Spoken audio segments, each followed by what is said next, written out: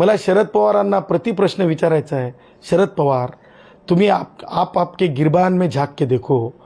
तो दिवस आठवा शरद पवार, ज्या दिवशी गोवारी धारातीर्थ पडले होते, जे गोवारी वीर मरण पत्करलं होतं, त्यावेळेस तुम्ही एअरपोर्टवर होते की नव्हते आणखीन तुम्ही माझ्या प्रश्नाचं उत्तर देत नाही। त्यावेळेस तुम्ही कोणत्या पदावर होते? त्यावेळेस सरकार चालवत होते तुम्ही। दुसऱ्या विभागाला, दुसऱ्या मंत्रालयाला मुख्यमंत्री महोदयांना आणि गृहमंत्री महोदयांना प्रश्न विचारण्याच्या अगोदर खुद के गिरेबान में झाँक के देखो तो आपको समझ आएगी। त्यामुळे तुम्ही नासमज नाहीत, पण तुम्ही ढोंग करता।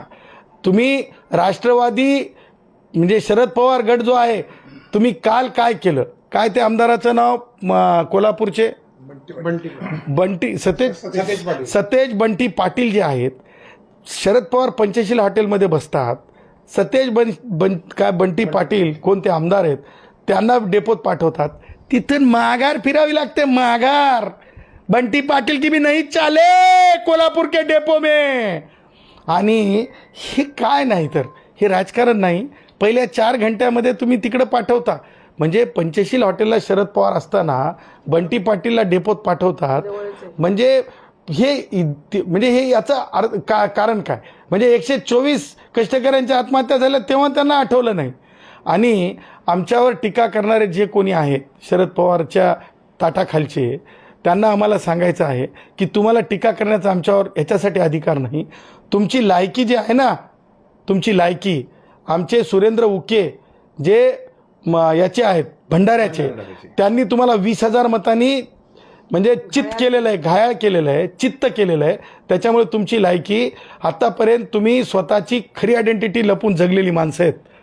हां, अहो कोणी काहीतरी म्हणून घेतल्यानंतर होत नसतंय। तुम्ही सुरेंद्र उकेच्याच आरक्षणातून लढलेले आहेत हे लक्षात ठेवा।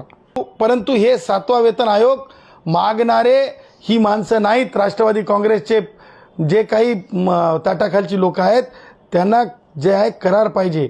आज न्यायालयाने निकाल दिल्याच्या नंतर काल हे लक्षात घेतलं पाहिजे की माझ्या कष्टकऱ्यांवर याच राष्ट्रवादीच्या शरद पवारांच्या सत्तेच्या काळामध्ये ज्या प्रकारे कारवाया झाल्या, त्याच प्रकारे कारवाया झाल्या, तर हे दळबद्री हेरिंग चालवा म्हणतात। आम्ही हेरिंग चालवायला लावल्या नाही। मुख्यमंत्री महोदय आल्याच्या नंतर एकनाथरावजी शिंदे आम्ही सगळ्यांना नोकरीत बिनशर्त घ्यायला लावलं, तसं यांनी हेरिंग चालवायला लावा म्हणतात। मटण आणि माल मलिदा त्या कष्टकऱ्याकडून उकळला जातो। आमच्या मागण्या वेगळ्या आहेत। आमची मागणी 7वा वेतन आयोग आहे आणि आज संध्याकाळी 7 वाजता सन्मान्य मुख्यमंत्री महोदयांकडे आम्ही आमची भूमिका मांडू।